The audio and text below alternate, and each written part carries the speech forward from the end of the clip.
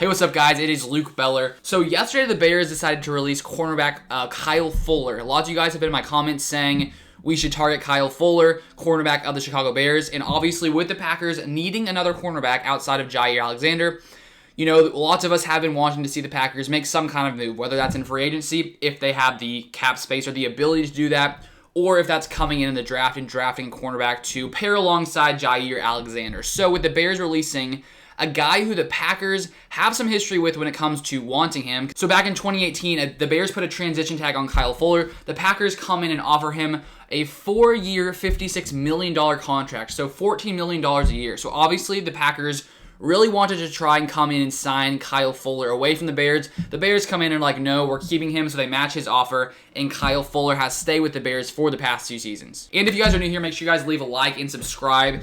If you want to see more Packers content, put it out almost every single day. So with the Bears deciding to release Kyle Fuller, there are lots of Bears fans and Bears players who seem to be a little bit, I guess, saddened by the fact that the Bears decided to release Kyle Fuller, who has been a great cornerback for the past few seasons.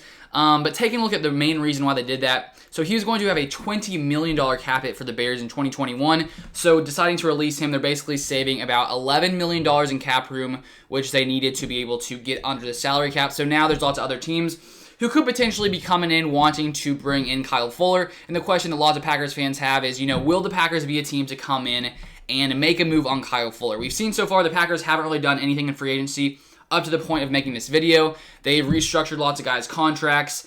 We still have yet to do anything with Aaron Rodgers' contract, or you know, we haven't extended Devontae Adams. There are 2 possibilities that maybe the Packers could do to free up some more cap space. And if the Packers wanted to come in and get Kyle Fuller, they definitely would need to probably finagle some more money around to basically be able to come in and sign Kyle Fuller. So taking a look at how well he's produced in the past couple seasons, 2018 and 2019 he makes the Pro Bowl, so obviously he's a good player. 2018 he is also the first team All-Pro. But taking a look at 2020, he didn't do quite as good in the 2020 season as he has in years prior. According to PFF, he did 64.1 grade in the 2020 season, which was ranked 52nd among all cornerbacks. And even though maybe 2020 wasn't his best, you know, season of his career, I do think he has lots in the tank, and there seems to be lots of teams interested in coming in to get Kyle Fuller, especially teams who would like, obviously, another cornerback. One team is the Denver Broncos. It came out from Mike Garofalo that apparently the Broncos are expected to make a strong push at Kyle Fuller. This partly makes sense because Vic Fangio, who is there in Denver,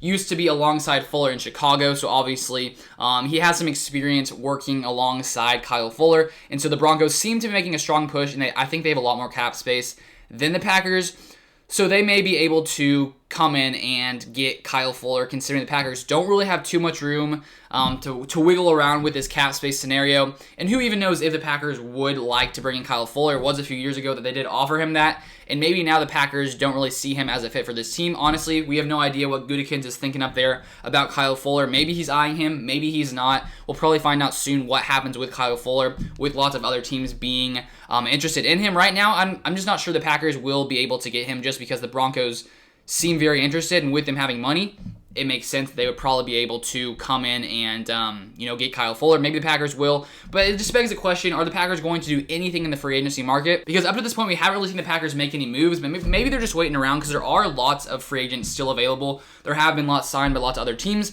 but there's tons of guys who are still available in free agency, so maybe the Packers are waiting around, sort of seeing what falls to them, and maybe some guys they can get at good values. So that's basically all that's going on with Kyle Fuller, all I wanted to share today. But thank you guys so much for watching. Make sure you guys leave a like if you enjoyed the video, and if you have yet to subscribe, feel free to subscribe to the channel down below. But thank you guys so much for watching, and I'll see you guys on the next one.